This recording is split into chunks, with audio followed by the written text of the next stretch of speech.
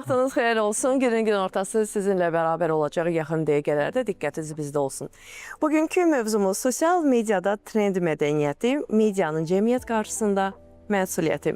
Qonaqlarımızı təqdim edim. Vüsal Mətləb, jurnalist, Azərbaycan televiziyasının redaktoru. Elmir Əkbər, psixoterapevt və Vüsal Hacıyev, müğənnim, bizim musiqili qonağımız. Hər biriniz xoş gəlib, səfalar gətirmisiniz. Xoş gördük sizi.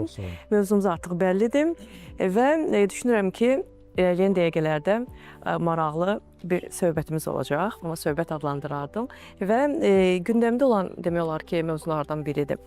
Çünki medianın məsuliyyəti biz deyəndə daha sözün əsl mənasında ağırlıq orada hiss olunur. Yəni, sosial mediada müəyyən biz məqamları görürük, müəyyən paylaşımları görürük, müəyyən informasiyaları görürük. Biz onları eşidən zaman, görən zaman, dinləyən zaman əvvəllər həqiqət olduğuna 100% inanırdıq. Zaman keçəndən sonra şübhələr yaranmağa başladı. Və indi deyərdim ki, cəmiyyətin bir qismi inanır, amma tam olaraq yəni, bu aradan qaldırılmayıb. Müəyyən məqamlar var ki, biz inanmırıq, üzərindən keçirik və o məlumatların doğruluğunu biz necə öyrənə bilərik, necə araşdıra bilərik və necə edək ki, cəmiyyətimiz hər gördüyünə inanmasın. Bu yəqin məni ünvanlanmış sualdır. Əslində bu çox çətin bir prosesdir. Xüsusilə indi nəzərə alsaq ki, sosial media sürətlə inkişaf eləyir, həyatımızın ayrılmaz bir parçasına çevrilir. Vətəndaş jurnalistikası beləliklə inkişaf eləyir. Əlində telefon saxlayan hər bir insan artıq jurnalistdir və informasiya mənbəyidir, informasiya daşıyıcısıdır. O baxımdan çətin bir dönəmə daxil oluruq. Burada sadəcə maarifləndirmə və yəqin ki, media savadlığı... Bəs maarifləndirmə işləri necə aparılmalıdır? Təbii ki, ənənəvi medianın üzərinə burada böyük yük düşür. Ənənəvi media deyəndə biz qəzet və jurnalları, televiziyanı, klassik medianı nəzərdə tuturuq. Media savadlılığını artırmaqla bunun qarşısını almaq mümkündür. Media indi təəssüf ki, sosial media ilə hesablaşmaq məcburiyyətindədir. Biz görürük, sosial mediada yayılan məlumatlar bugün transformasiya olunur, mediada müzakirə olunur. Bu da onunla bağlıdır ki, sosial media bir gücdür və biz onunla hesablaşmalıyıq. Bu necə trendə çevrilir bu məlumatlar və necə sürətlə yayılır? Ciddi bir alqoritmdən söhbət gedir. Hər hansı bir paylaşımın emosional təsiri onun daha çox yayılmasını təşviq eləyir və bu yayılma sosial medianın işlədiyi alqoritmlərlə sinxronluq təşkil edir. Yəni, əgər onu daha çox adam paylaşır, reaksiya verir, deyək ki, bəyənirsə, beləliklə o getdikcə daha çox yayılmağa başlayır, viral olur və bu özlüyündə həm də bir təhlükə yaradır, siz dediyiniz təhlükəni. Belə halda ənənəvi media öz etibarlılığını qorumaqla, ciddi media resursu kimi özünü qorumaqla bu tendensiyaya qarşı mübarizə apara bilər. Elmir bəy, bunun psixoloji məqamlarını istəyərdim ki, sizinlə toxunum.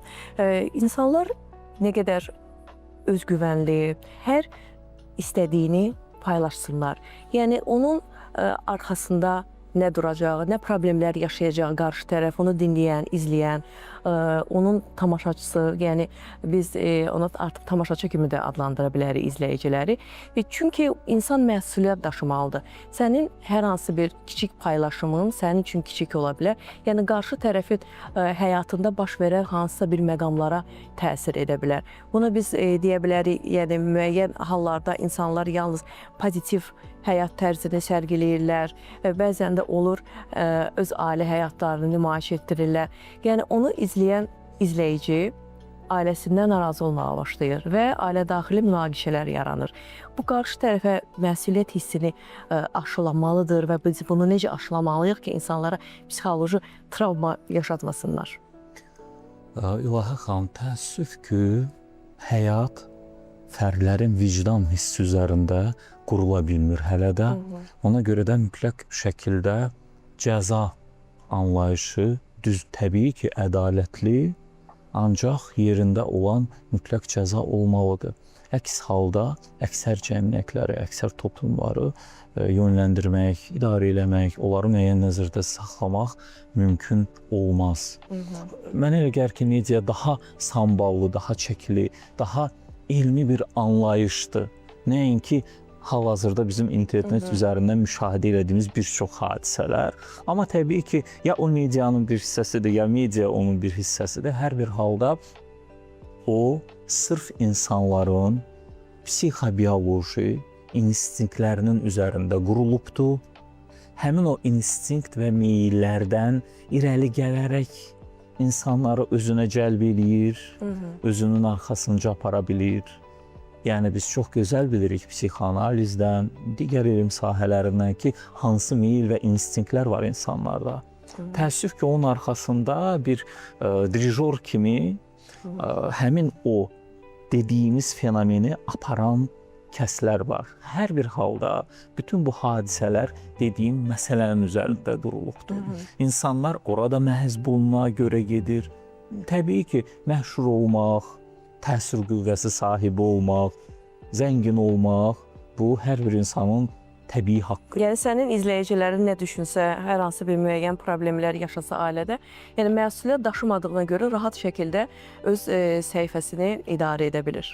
Bilənlər var, təəssüf. Buyurun Mustafa. İlham xanım, mən bir əlavə eləmək istəyirəm. Bu əslində bu qorxular həmişə olub. Bu antagonizm, bu ziddiyyət, texnologiyaların inkişafı dövrünə baxsaq, tarixinə baxsaq, məsələn, birinci insanlar ilk yazıları hara yazırdılar? Gil lövhələr üzərinə, taxta parçaları üzərinə, papirus üzərinə. Sonra kitab çapı. Çinlilər daha çevik və innovativ davrandılar və kitab çapı ərsəyə gəldi.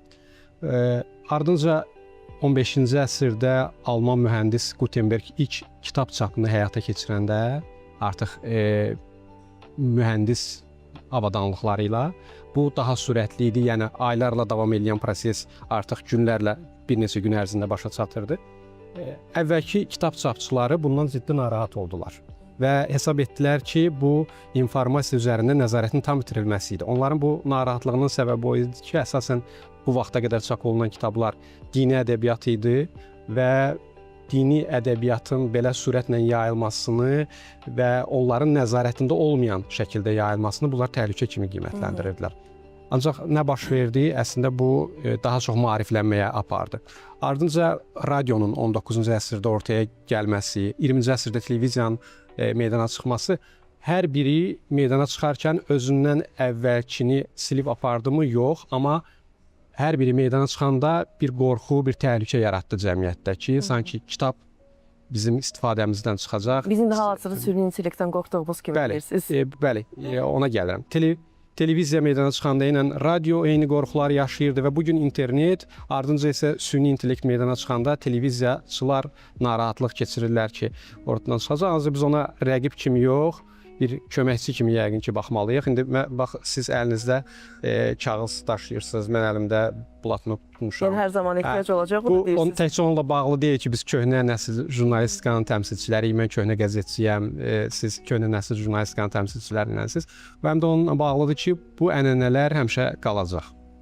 Hər zaman insan faktoru olub və olacaq. Çünki süni intellekt məsələsinə siz toxundunuz, düzgün vurğuladınız. Çünki bəzən insanlar deyirlər, süni intellekt insanlar əvəz edəcək.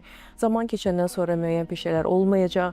Hətta jurnalistikaya da ehtiyac olmayacaq, jurnalistlərə, psixoloqlara, nə qədər acı səslənsə də, Vüsal bəy, müğənnilərə ehtiyac olmayacaq gələcəkdə. Eşitmisiniz yəqin bu haqda. Nə düşünürsünüz? Əslində mən bu mövzu biraz yaralı yerimdir. Çünki bu süni intellekt çıxandan sonra görürəm ki, musiqiçilərdə, aranjmançılarda biraz passivlik yaranır. Sanki süni intellektlə onlar Passivlik yoxsa qorxu, həyəcan? qorxu, həyəcan, passivlik, həm də ki, orada biri var ki, bir mahnının aranjmanına öz beyninin ehtiyatından istifadə edirsən, bu aranjmanı mükəmməl eləmək üçün simfoniyanı bilməlisən, musiqiləri bilməlisən, klassik estradanı bilməlisən ki, mahnını necə eləyəcəksən, aranjmanı necə eləyəcəksən, onu biləcəksən. Və onu süni intellektlə əldə eləyirlər və oradan böyük ideyalar götürürlər. Artıq öz beyninin məhsulunu atır ikinci plana. bir neçə versiya var ki, məsələn 10, 20, 30 versiyadan birini seçirlər və o aranjmanı onun üzərində inkişaf elətdirirlər. Baxırsan ki, artıq insan hissiyatından biraz uzaq olur. Mən onu hiss eləyirəm. Çünki mən Azərbaycan musiqisindən gedirsə, orada müəyyən ladlar var, məqamlar var. Onlar hiss olunur. Həm alətlərdə, həm gedişatda. Onu musiqiçi hiss edir, yoxsa sıradan vətəndaş hiss edə bilməz? Musiqiçilər hiss edir, çünki burada məqam var. Azərbaycan muğamı, bilirsiniz, məqamların, ladların sonluqları var. Onlar tam yekun şəkildə təqdim olunur və biraz sünilik olur.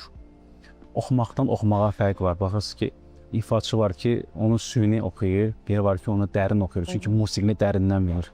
Amma fakt odur ki, süni intellektdən çoxları istifadə edir. İstifadə edir. O da yaxşı bir şey deyil bizim üçün. Yenə deyirəm, biraz passivlik olur. İlahə xanım, icazənizlə burada iki məsələni mən vurğulamaya bilmirəm. Birincisi, rəqabət anlayışı. Ənənəvi xidmət, ənənəvi məktəb, ənənəvi yolda olan insanlar, belə deyim ki, həmişə rəqabətə hazır vəziyyətdə yüksək peşəkar olmalıdırlar. Yəni, əgər doğrudan da ənənəvi hər hansı bir üsul, istər jurnalistikada, təbabətdə, bunun üzərinə gələcəm, incəsənətdə, o qədər güclü olmalıdır ki, o dayana bilsin, ayağı üzərində dura bilsin. Çünki teatr onun özünə məxsusluğu var idi deyə kinoya məğlub olub tarixdə silinib getmədi. Ancaq, tutaq ki, elə bir çox şeylər var idi ki, məsələn, psevdo elmlər, onlar həqiqi elmlərə məğlub oldu və tarixin yaddaşında sadəcə qaldı. Ona görə də yüksək peşəkarlar olmalıdır sahəsində, özlərində çalışan insanlar olmalıdır. Psixoloji cəhətdən insan güclü olmalıdır ki, müəyyən təzyiqlərə məruz qaldıqda emosional baxımdan da həm də güclü olsunlar, psixoloji baxımdan da güclü olsunlar. Və bu məqamları sizinlə toxunaraq, amma irəliyən dəqiqələrdə indi Vüsal və Nifas bir mahnı dinləyək.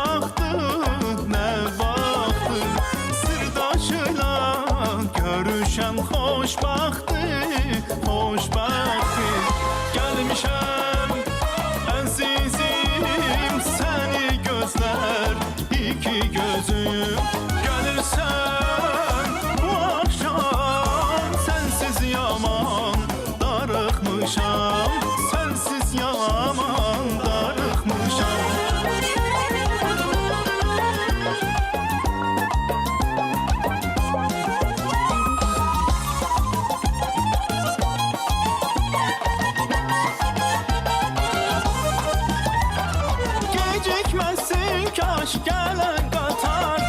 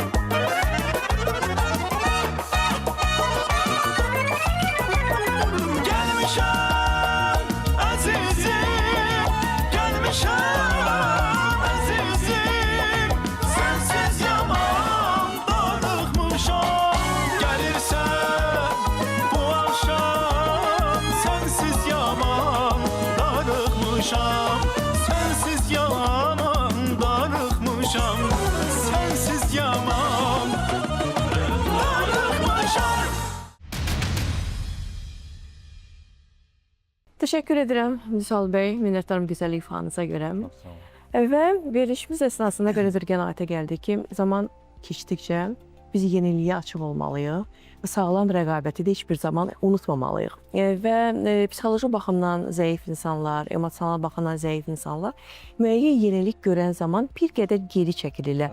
Artıq mənə ehtiyac olmayacaq deyib, bəlkə də depressiv bir vəziyyət yaşayırlar. Və bunu yaşamamaq üçün nə etmək lazımdır? Demək, bunun birinci onu vurğulayım ki, psixoloji bir tərəfi əsas olduğu ilə paralel hüquqi bir cəhəti də var. Söhbət nədən gedir? Tamam, kimsə hər hansı bir incəsənət sahəsində süni intellektdən total olaraq istifadə edə bilər. Mən də rast gəlirəm, təəccüblənirəm, bəzi bəstəkarlar süni intellektdə həvalə edibdir, musiqini də, müğənnini də. Tanınan, bilinən bəstəkarlardan söhbət Bəli. Və bu məndə təbii ki, təəssüf hissi doğurur. Sözüm onda yox. Ancaq hər hansı bir vətəndaş rahat-rahat götürüb süni intellekt vasitəsilə hazırlanmış ümumiyyətlə bir mahnını dinləyə bilər, onun haqqıdır ki, ona deyə bilər ki, yox. Və hətta mən sizə bir söz deyim ki, indi heç bir təhsil olmayan, keyfiyyətsiz musiqi ifa edənlərin bir çoxundan daha yaxşı olacaq təmin süni intellektdə hazırlanmış bir məhsul. Ancaq hüquqi məsələ nədir? Elə bu bütün sahələrə şamil oluna bilməz. Tibb, psixologiya o yerdə ki, xüsusi ekspert rəyi olmalıdır.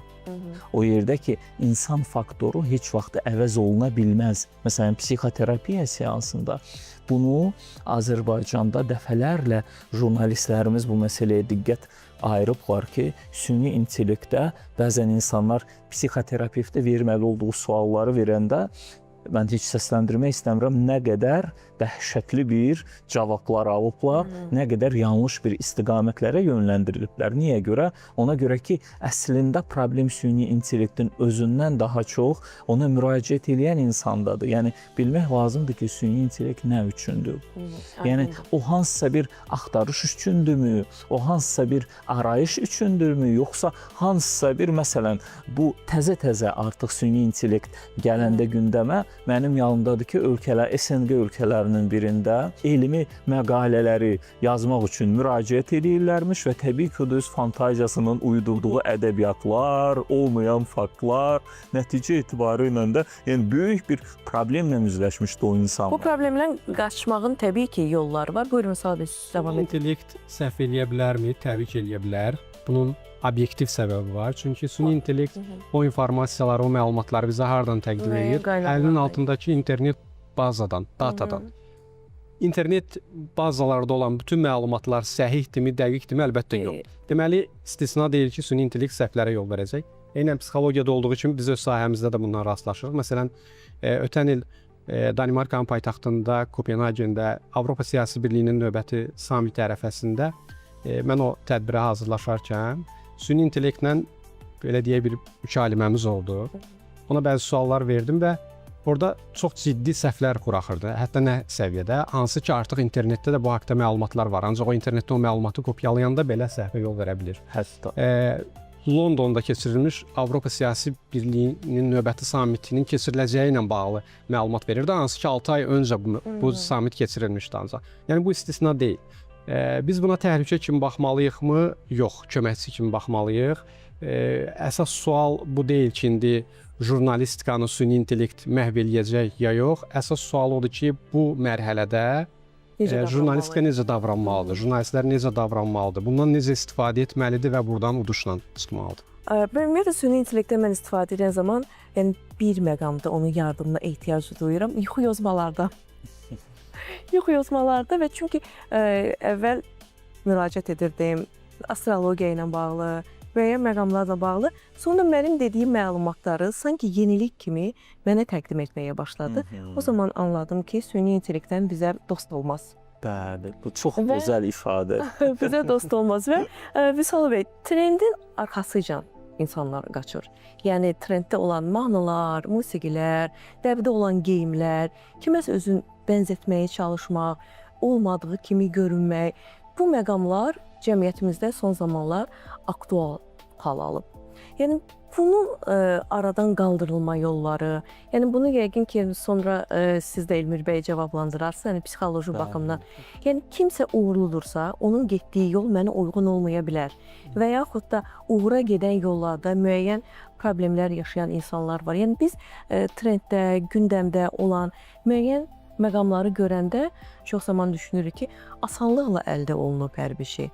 Yəni onun çətinlikləri olur, onun problemləri olur. Yəni bu məqamlar da var həyatımızda. Trend ümumiyyətlə nədir? Trend viral olaraq yayılan informasiyadır, videodur, məlumatdır, kontentdir. Bu yaxınlarda bir viral olmuşdu. Yəmənli hörümçək adam, o dünyada populyardır. Ancaq onun axırı nə oldu? Növbəti dəfə qayaya dırmaşarkən vulkana düşdü. Yəni bu cür trendlər həmişə bir ənənə, bir örnək kimi qəbul edilməməlidir və medianın, ənənəvi medianın xüsusilə üzərinə düşən odur ki, bu vəziyyətdə maarifləndirici məlumatı, faydalı məlumatı maraqlı təqdimat formasında trendə çevirə bilsin. Əgər ənənəvi media bunun öhdəsindən gələ bilsə, onda rəqabət qabiliyyətli olacaq və həyat qabiliyyətli olacaq. Sosial mediada biz özünü jurnalist adlandıran, hər hansı bir məqalə yazan, fikir bildirən insanları görəndə sanki jurnalistlərə qarşı bir haqsızlıq var. Hiss edirsiniz onu? Bu çox uzun bir söhbətin mövzusudur əslində.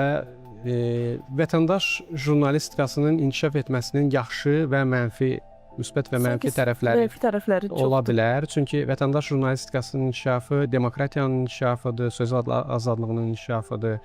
Eyni zamanda təbii ki, təhlükələr var. Dezinformasiyanın artması və bu istənilən ölkənin, dövlətin milli təhlükəsizliyi baxımından olduqca vacibdir və biz baxsaq Azərbaycan dövləti bu sahədə çox ciddi strategiya həyata keçirir. İnformasiya təhlükəsizliyi 44 günlük Vətən müharibəsində biz gördük. Həmin o dezinformasiyaların qarşısının alınması məqsədi ilə Azərbaycan prezidenti ilkin olaraq məlumatları sosial şəbəkələrdə paylaşırdı. Daha sonra dövlət televiziyası vasitəsilə hər bir rayonun kəndimizin işğaldan azad olması ilə bağlı məlumatlar yayılırdı. Təbii ki, dezinformasiya olduqca təhlükəlidir. Jurnalistlər, siz dediyiniz jurnalistlər barədə isə danışmaq istəmirəm. Aydındır. İcazənizlə bağışlayın, burada mən yenə də o deməsəm ölərəm. Təbii ki, eyni problemi psixologiya, xüsusilə də psixoterapiya sahəsində sosial mediada biz müşahidə edirik. Heç bir təhsili olmayan, heç bu sahəyə aidiyyatı olmayan kimlərsə sosial media üzərindən özlərini psixoloq kimi təqdim edib və dəhşətli İnsanlara zərər verəcəyini belə düşünürlər. Çox zərər verici fəaliyyətlə məşğuldular və hətta bunların köyünə gedib həqiqətən də təhsil olan bəzi həkimlər, psixiatrlar, psixoloqlar belə müvafiq təhsilləri olmadığı halda psixoterapevt kimi özlərini təqdim edirlər. Amma bu bir məsələdir ki, istər psixoloq, istər psixoterapevt, istər psixiatr, bu necə sizə deyim, elə bir hər hansı bir məfhum, anlayış, status və titul deyil ki, kimsə haqlı və yaxud da haqsız bəyəndiyinə görə özününküləşdirsin bunu. Bu sadəcə bir ixtisasdır, bir peşədir, onun anlayışı var. Kimdir psixoloq, kimdir psixiatr və onların psixoterapevtdən fərqi nədir? O, müvafiq təhsil, müvafiq təcrübə, yəni hüquqda təsbit olunmuş bir terminlərdir bunlar. Zaman onu eləkdən keçirir, sadəcə olaraq insanlara fəsad vermədən keçirsə daha yaxşı olardı. Vüsal bəy, sosial media ilə aranız necədir? Son zamanlar biraz aktivləşmişəm, amma zamanında aktiv olmadığım üçün gördüm ki, onun çətinliyini çəkdim təəssüf ki. Çünki bizim iş belədir ki, getdiyi yerin məkanı paylaşmalısan, harda çıxış edirsən, onu paylaşmalısan. Düşdüyün o maraqlı situasiyaları paylaşmalısan, arada bir yumor hisslərindən olan bir mövzunu paylaşmalısan, özünü paylaşmalısan, nələrsə paylaşmalısan ki, daha çox aktual olasın. Gündəmdə qalmaq lazım. Gündəmdə qalasan, tez yada düşəsən, xatırlanasan. Amma mən biraz kənarda qaldım bu mövzudan. Çünki həmişə işin içinə girmirəm, qıraqdan biraz müşahidə eləyirəm. Əgər görürəmsə, orada mən özümü tapa bilərəm, ora daxil oluram. Əgər görürəmsə, orada mən özümü görmürəm, daxil olmuram. Və çox zaman düşünürəm ki, mən polis ailəsində böyümüşəm düşünürəm ki, mən müğənni olmamalıydım. Ona görə çünki xarakterlər düz gəlmir. Ümumiyyətlə ədalətsizliyə qarşıyam. Əgər mənim oxuduğum musiqi keyfiyyətlidirsə, onu çoxları qəbul edə bilmirsə, bu məni çox təsirləndirir və Azərbaycan musiqisinin böyüklüyünü kimlərsə dəyərləndirməyəndə o mənə pis təsir edir. Bu sosial mövzu ona görə mənə biraz qıcıq doğurur ki, çünki məsələn 100 nəfərdən 1 nəfəri izləyərəm ya onun işindən zövq alaram, belə bir mövzu. Yəni həmkarlarınızdan Həmkarlarımızdan təbii ki gedir. Yəni və keyfiyyətli musiqini təbliğ etməlisən ki, keyfiyyətli cəmiyyət formalaşsın. Ənənəvi medianın da burada üzərinə böyük yük düşəcək. Yəni o cür meyllərin qarşısını, o klassikanı qorumaqla təbii ki ala bilər. Eyni zamanda o informasiyaya aid eləyə bilərik. Trendləri maraqlı təqdimatlarla təqdim eləmək. Məsələn, mən siyasi jurnalistika ilə məşğulam. Nəyi demək istəyirəm? Yəni hər hansı bir mövzu trendə çevrilir, ənənəvi media ondan maarifləndirmə üçün istifadə edə bilər. Məsələn, bir neçə il öncə Süveyş kanalını Ever Given gəmisi bağlamışdı. Onunla bağlı çoxlu memlər yayılırdı, çoxlu yumor dolu videolar, qısa roliklər falan yayılırdı. Amma və yaxud Hörmüz boğazının Fars körfəzində baş verən toqquşmalarla bağlanması ilə bağlı eyni memlər yayılırdı. Ənənəvi medianın üzərinə düşən o idi ki, bu mövzunu həm də maarifləndirici bir kontent kimi istifadə eləsin. Bu boğazların əhəmiyyəti nədir dünya iqtisadiyyatı üçün, dünya üçün hansı rolu var və s. Təşəkkür edirəm. İndi hal-hazırda istərdim ki, Vüsal bəy, sizin ifanızda Mövqəti mahnını dinləyək. Böyük məmnuniyyət.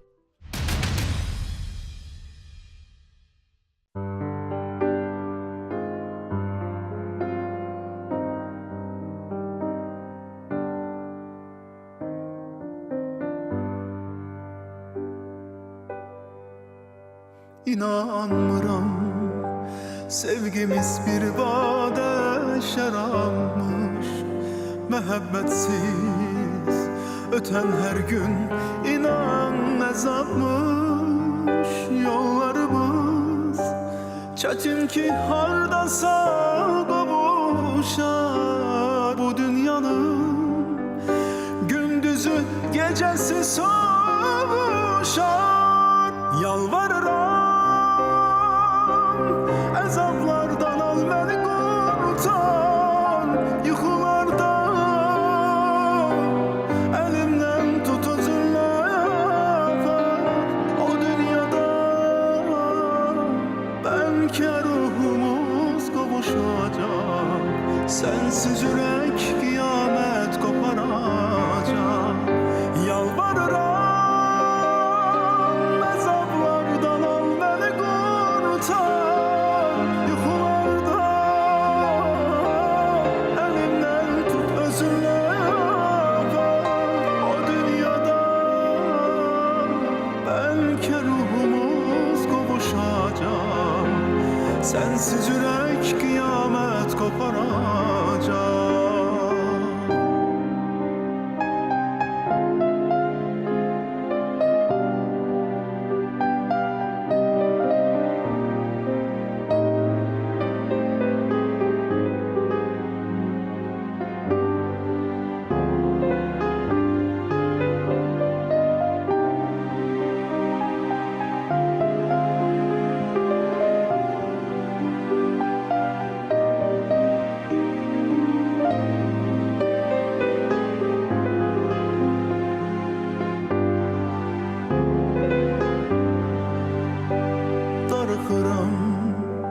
Dünyam sensiz gurbet olarmış, gece gündüz göylerimiz gemle dolarmış. Yağış yağar, belki gemi kederi uyar. Ayrılıktan bu dünyamız belki de doyar. Yalvarırım əzablardan al məni qurtar, yuxulardan əlimdən tut özünlə apar. O dünyada bəlkə ruhumuz qovuşacaq, sənsiz ürək qiyamət qoparacaq. Yalvarıram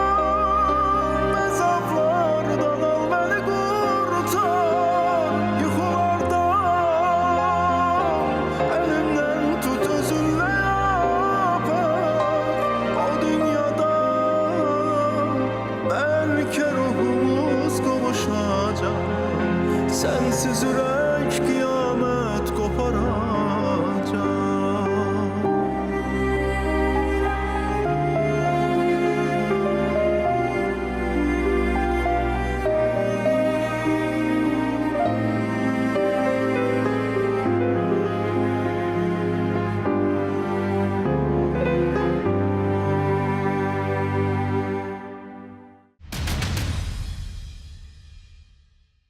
Vüsal bəy, təşəkkür edirəm sizə bir daha gözəl ifanıza görə və istərdim ki, reyting məsələsinə toxunaq. Reyting naminə insanlara vurulan yaralar, insanları, yəni psixoloji baxımından mən deyirəm. Yəni kiminsə belə məcazi mənada üzərindən keçib öz uğruna görə kimisə qurban vermək. Yəni bu insan psixologiyasına zidd olan bir məqam deyil.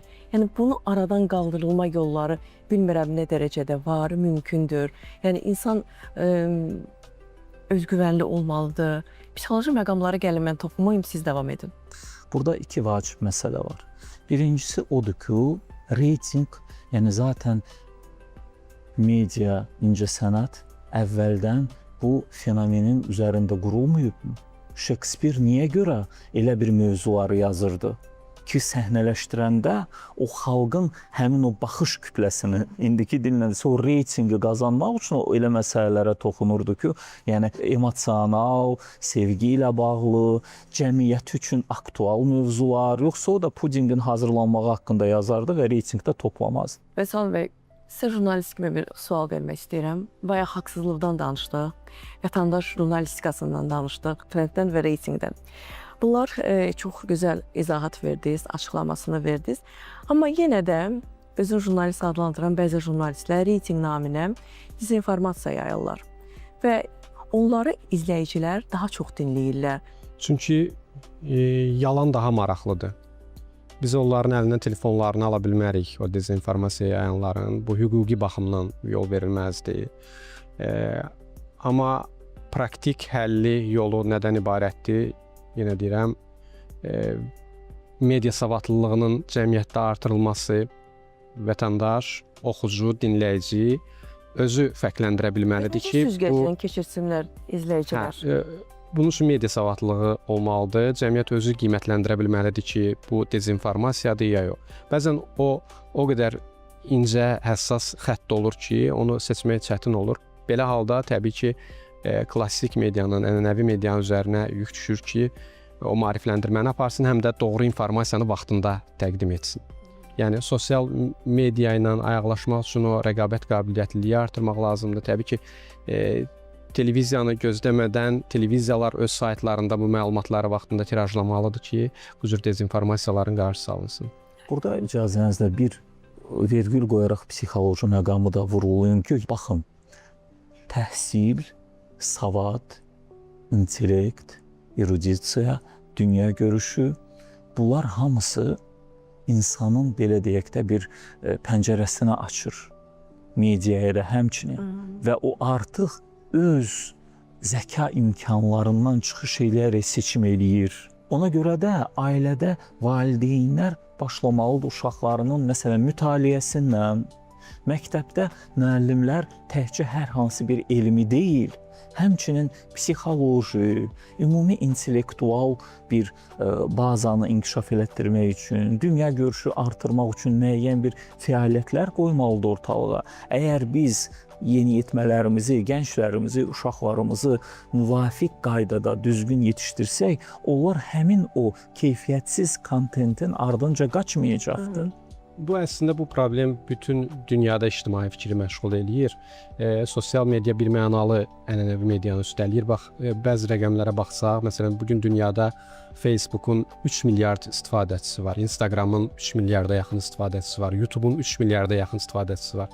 İndi hansı televiziyanı bu qədər izləyici izləyir? Ümumilikdə heç baxsaq, bütün dünya televiziyalarını birləşdirsək, onların tamaşaçı kontingenti elə təxminən bu qədər olar. Və o baxımdan televiziyalar özü transformasiya eləməlidir daha sürətlə sosial mediaya gəlməkdə. Yəni, öz kontentini həm də sosial media vasitəsilə təqdim eləməyə tələsməlidir. Hər bir gecikmiş addım nəticədə dezinformasiyalara və siz dediyiniz o dırnaqarası jurnalistlərə ənənəvi medianın təəssüf ki, böyük hesablı məğlubiyyəti ilə sona çata bilər. Bizim verilişimizin sonuna yaxınlaşırıq yavaş-yavaş. Ona görə istərdim ki, mövzumuzla bağlı bir fikir bildirəsiniz yekun olaraq. Buyurun Vüsal bəy. Elə reytinq məsələsi ilə bağlı istəyərdim deyim. Biz o reytinqin arxasınca getməliyikmi? Bəli, amma onun əsrinə çevrilməməliyik. Belə bir deyim var, güclü olanda mərhəmətli və məsuliyyətli olmağı seç. Bizim də üzərimizə bu düşür. Əgər bizə hər hansı bir etimad göstərilibsə, efir verilibsə, biz də məsuliyyətli olmalıyıq. Təşəkkür edirəm. Buyurun Elnur. Sonda olaraq mən istəyirəm sosial medianın bizə verdiyi yeni geniş imkanlar, onun üstün cəhətləri ilə yanaşı, həmçinin bir məsələni də vurğulayım ki, onun hər hansı bir, hər şeydə, hər bir məqamda olduğu kimi fəsadlara da hazır olmalıyıq. Xüsusilə də indi mənim elmişimin mövzusu gənclər və yeniyetmələr olduğuna görə valideynlər, yenə də valideynlərə üzümü tutmaq istəyirəm. Sizin sayənizdə, sizin yaratdığınız bu imkandan çıxış eləyərək ki, diqqətli olsunlar evladları ilə bağlı, nələri izləyirlər, nələrlə maraqlanırlar. Valideyn mövqeyi bəziləri səhv anlayır. Elə sosial mediada o təbliğ olunur, azadlıq, valideynin rolunu sıfıra endirməyə çalışırlar. Bu qətiyyən belə deyil. Sonda yenə də ən böyük məsuliyyət ailənin və valideynin çiyinlərindədir. Çox diqqətli olsunlar ki, yeniyetmələri, gəncləri və hətta uşaqları gözə görünən və görünməyən dəhşətli psixoloji təhlükələrdən qorusunlar. Təşəkkür edirəm Elnur bəy. Çox sağ olun. Vüsal bəy, siz nə demək istərdiniz? Övladlarımızın sosial mediaya olan diqqətini nəzarətə götürmək çox vacibdir.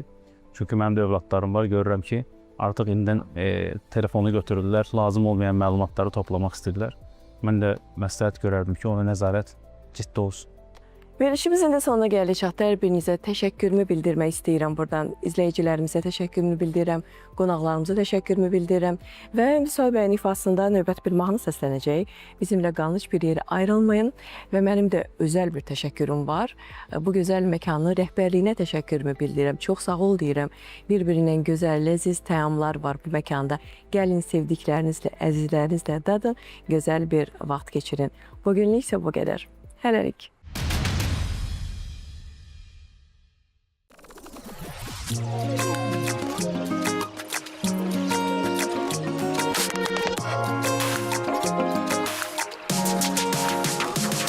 Bu seher, bu gece, bu sehirli akşamlar. Yine sen, yine ben, yine sirli akşamlar. Hele de sevirem, onu gizletme olmaz. Kaçıram, görüşem, seni gözletme olmaz. Gör ne kadar sevdim ki, kalbime geledim adını. Gel çıkaram sevgimizin tatlını. Biri var biri yok, gör neler var sevgin aklımda. Benim ancak hiç kim yok, bir tek sen varsan aklımda. Biri var biri yok, gör neler var sevgin aklımda. Benim ancak hiç kim yok, bir tek sen varsan aklımda.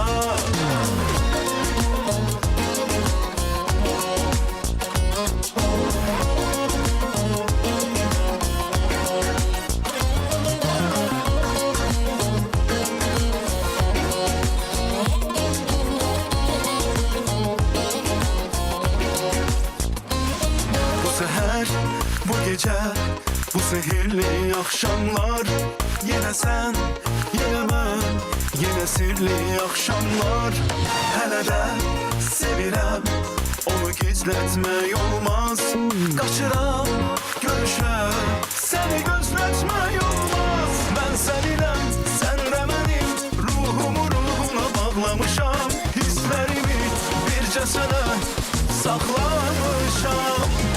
Biri var biri yok, gör neler var sevgin aklımda. Benim ancak hiç kim yok, bir tek sen varsan aklımda.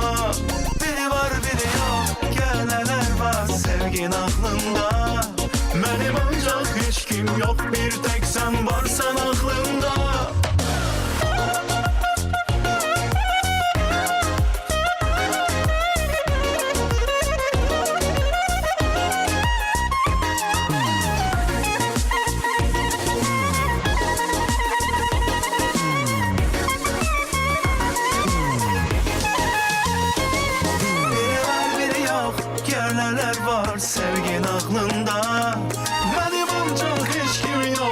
tek sen varsan aklımda.